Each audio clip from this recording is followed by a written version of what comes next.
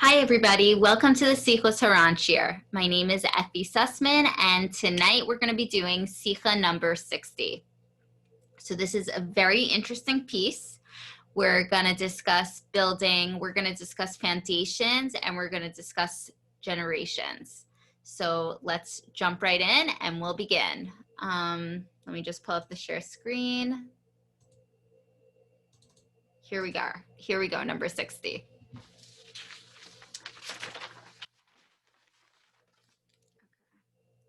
A young girl was once injured in an excavation where they were building new houses in Breslov. Several other people were also endangered. The Rebbe then had a long discussion with us regarding building. Following are his words. I've thought deeply about the concept of building, and I see that no one involved in it remains unharmed. This is true of both Jew and non-Jew. People are involved in building because the world cannot do without it. Therefore, people choose this trade. So basically, in Breslov, in the town of Breslov, there was some type of construction project, and a young girl got injured, and a few other people were also injured. And Rebbe Nachman gathered his Hasidim together, and he mentioned that basically any type of construction and building that goes on, people get hurt. Okay, so we're gonna talk about that. We're gonna move on to this a little bit more. Read more. Okay. This may be a complex matter, but still no one involved in buildings remains unharmed. The Talmud teaches whoever engages in building becomes poor.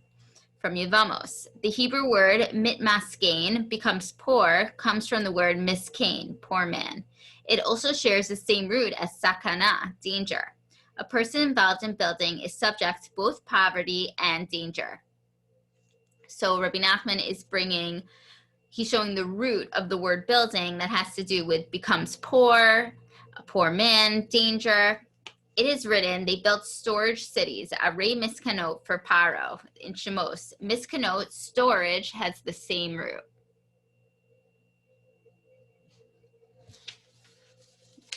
The Midrash says that according to one opinion, these storage cities impoverished Miskanot, the Jewish people. According to another opinion, these cities endangered Misaknot, their owners, from Shemos Rabbah. Building can result in both poverty and danger. The most important thing is laying the foundation. It must be at the correct time and place and made of the correct type of wood. Not all types of wood can provide a true foundation, but it is not possible to know all this. So Rebbe Nachman goes on to tell us that the most important thing with building is laying a correct foundation. But he tells us that it's very hard to know the right type of material to use in order to make the correct foundation. And I guess this is where people get hurt. For the same reason that people do not know about such things, many types of fruit do not grow in our lands. So he's saying, just like people don't know what type of foundation to use when building something, for that reason also people don't know like how to make fruit grow in all different types of fruit grow in the land that they live in. The world has a foundation stone, Yoma 54b. Channels emanate from this stone, reaching every land. The Midrash says that the wise King Solomon knew the details of these channels and was therefore able to plant all types of trees. So Rebbe Nachman goes on to tell us about the Even Shesiya, and he says that channels and roads and pathways come from this stone, and they reach every land. And the Midrash says that Shlomo HaMelech knew the details of these channels and where they were, and because of that, he was able to plant all types of trees. If people knew the exact location of these subterranean channels, they would be able to grow in our lands many fruit trees that never grew here before. Each channel has the power to stimulate a particular species. Even if a particular channel does not pass through our land, all the channels are intertwined and flow into each other. If one knew the exact place, he could plant any type of tree. So basically, every channel that started from the Even Shesiya has like a certain, it has it can allow certain vegetation and fruits to grow. And he's saying that if a person knew the location of these, they'd be able to plant anything. If a person knew the location of the channels, he could dig a well in the proper place. If he knew where to plant trees around it, he could then make any type of tree grow there. The foundation stone of the world constantly rises and descends. If one knows its position, he knows what to plant at a particular time. All these things are concealed from the world, for some things may not be revealed. So these things are hidden from us. We don't know where exactly to plant and when the foundation stone rises and when it descends. People say that the world is gaining knowledge, but earlier generations made the primary discoveries, and this took the greatest wisdom. Later generations make discoveries only because earlier ones prepared the way. One generation makes the basic discoveries and later generations apply them, but the latter contribution is really the smaller.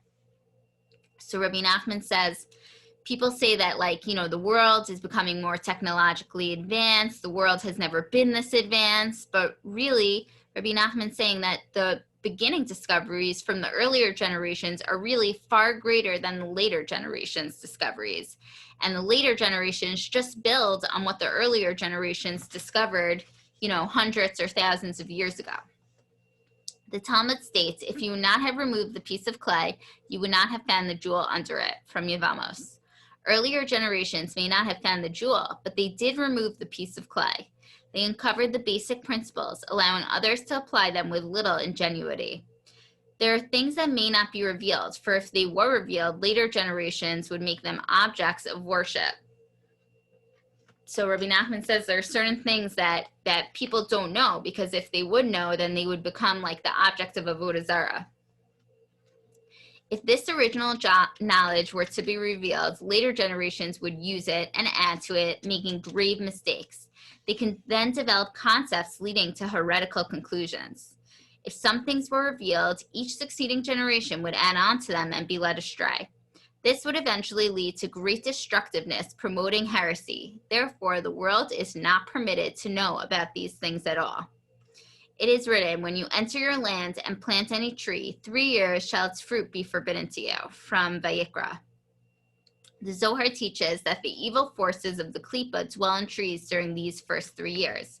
So Rebbe Nachman brings a halacha that when you plant a tree, you can't eat from the tree for 3 years. And that's because the Zohar tells us, because there's like this Klippa, this evil energy that's around it.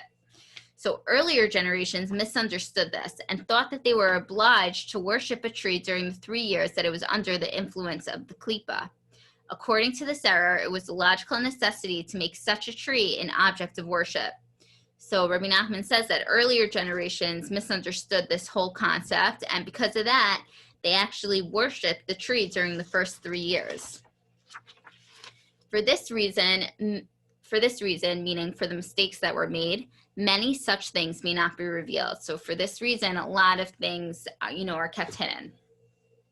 Okay, so we did it. We made it through Sichos 60. I know it was a long one. Okay, so I'm just going to recap it in totality. So we see that, people who are involved in building should know that building is dangerous, and it can also lead to destitution, to being poor. Rebbe Nachman talks about laying a strong foundation, and he goes into a very interesting topic of the Even Shesiya, which is the foundation stone, and how it has channels and wavelengths. And anyone who knows about like acupuncture or reflexology, it kind of reminds me of that, like of meridians that flow through our body, like this energetic channel that we can't see, we can't feel, but for some reason, if you press on, your toes on your foot, it correlates to your head. There's some, channel and wavelength that's going on there. So, Rebbe Nachman says that if you know about these channels that come from the Even Shesiya, this foundation stone, then you can plant on them the proper fruits and all the vegetation will flourish. And he mentions that Shlomo HaMelech knew these secrets and he took full advantage, and they had every type of fruit and vegetable in Eretz Yisrael during his time. So Rebbe Nachman tells us that the earlier generations had all the main milestones, and the later generations just build on them. But really the main discoveries and the main, the real momentous creativeness really came from earlier generations. Okay, so we did it. So now there are a few interesting points that I'd like to discuss, just one thing, like how he says that we should be wary of building things. So, there's a lot of truth to the statement of it bringing, danger and poverty, just simply, right? I think like we've all seen people build bigger and better homes, and they just become slaves to whatever they build. They either, they built something that they can't really afford, or they could afford it, but it becomes a lot of family strife between husband and wife. And even like with yeshivas, sometimes you see it like, like Chashava Rebbeim, they come and they teach their Talmidim, and then they see that the yeshiva is growing and they want to build like a much bigger, more beautiful, more kavadik yeshiva, and they build it, and then like lo and behold, they just become fundraisers instead of like actually what they set out to do of teaching Torah. And I'm totally not judging, because with all these things, I believe that everyone had the greatest of intentions, like to build a bigger house so the kids could have more room and everyone could be more comfortable, and they could families could have a lot more guests, and everything. I think everything starts off with good intentions, but it's just like the nature of the beast, like the biggering and the bettering, like sometimes it gets ahead of us. And you could see how people they fall into financial worry and danger. So, so I think just simply like you could see that very clearly. Another thing that I wanted to talk about is this whole concept of the Even Shesiya. So I just thought it was really interesting about these channels and wavelengths. And I wanted to read from a work, actually from the Ramchal. So the Ramchal wrote Sichos Haran, and he wrote Derech Hashem, and he also wrote this sefer that we're going to look into now. It's called Mishkaney Elyon, and it's actually about the third Beis HaMikdash. And the sefer that we're going to read was actually translated by Rav Avram Greenbaum, and I figured, it is like pretty Kabbalistic and pretty out there, but like what's this year without a little bit of Kabbalah? So we'll bring it in and we'll try to tie it all together. Okay, let me pull up the share screen. Okay, so the foundation stone. So again, the sefer is called Mishkaney Elyon, and it's written by the Ramchal, translated by Rav Avram Greenbaum.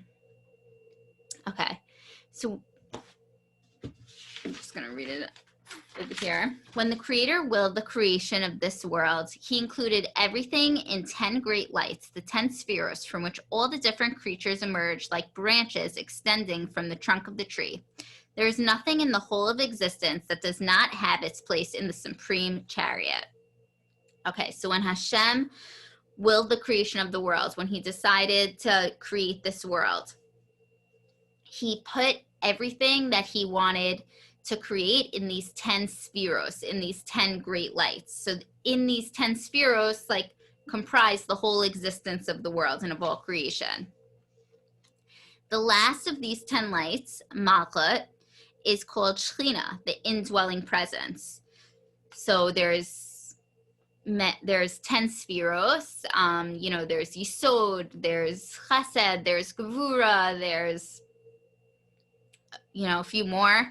And there's also this sphera of Malchus. And he says Malchus is called Shechina. Okay. And that's, depending on how you look at it, either like the lowest sphera that connects with us, or if you flip it around, it could also be the highest. Okay. Anyways, it is here that all existing beings are rooted. So everything takes root. Everything is a part of this Shechina. Understand this well. For besides the roots that all existing beings have in the other higher lights, they also all have a root in the Shekhinah, which is therefore called the mother of children. Everything comes forth from her hands, and for this reason, all things are rooted in her. So from the Shekhinah, from the Sphira of Malchus, everything is rooted in it. It's the mother of children. Understand that there is a special place known to her when all these roots come together, and this is the heavenly temple. So there's a place where all these spheros and all these roots and everything comes together, and that is in the name of the Sefer, the Mishkaney Elyon, the heavenly temple that's in Shemayim. In that place is the root of all things, both those that depend on her and those that depend on the higher lights. In that place are the roots of the earth, and all contains the heavens of the heavens, and all their hosts without exception. So the entire universe, everything we could imagine is connected to that place. In the middle of the place where all these roots come together, there is a single stone. Here we go. Here's our Even Shesiya. This is in the Holy of Holies of the heavenly temple. This stone is most precious. It possesses every kind of beauty and charm. It is called the foundation stone, Even Shesiya. There is a corresponding stone in this world, the lower world, in the place of the Holy of Holies, as will be explained later. So there's this Even Shesiya in the heavenly temple, but there's also one in the physical realm in this world, in the lower world. And it's the place where the Kodesh HaKadoshim was and will be, Mirat Hashem. Stretching out in all directions from this stone are channels and pathways leading to all things. At their start, these channels are great highways governing and regulating. Let me just scroll down here, sorry. Governing and regulating all the different orders and species of created things, all of which have a deep inner knowledge of their root paths. From here, they all receive their share of the constant sustenance given to them by the king. So from this rock comes forth, all these channels and roads and highways and pathways and, side streets and alleyways, and it's all sustaining the world. It's all giving sustenance to the world through, of course, through Hashem. Hashem is giving sustenance to the rock, and the rock is like, I guess it's like directing the light, directing the energy that's coming from Hashem. All these channels and pathways start in the place I mentioned at the outset, from the point where they all join together in the stone in the, over here, middle of this place. The Creator watches over them and scans them all with a single glance. So in this point, Hashem is watching over it and scans it. And this is the secret of the verse. He forms their hearts together. He understands all their works, from Tehillim. For this stone stands at the heart of the universe, and there all things are gathered and joined together and scanned in a single glance by the king. So from this stone is the heart of the universe. And Hashem is watching it and sustaining it and giving power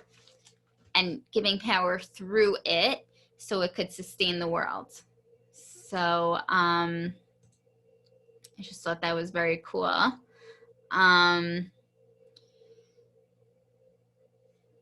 So this spot where the Even Shesiya is, I think the best way to describe it, or the best way I could think of to describe it, is it's really a portal for Hashem Shekhinah to enter, Kaviyachol. Because it's hard to speak of Hashem in physical terms. I mean, there are no physical terms for Hashem, so it's kind of complicated, but that's kind of the way that I would describe it, I guess, but that's, like I heard recently, like, that's where the angels enter into this world. That's where Yaakov had his dream in this past week's Parsha, of the angels coming up and down. That's where Kedas Yitzchak was, in this holy point where, at this point, at this portal. And it's like mind-blowing that this is where the third Beis HaMikdash is going to be. Like, how cool is that it's going to be in this holy place where Hashem, again, Kaviyachal, where Hashem enters into the world.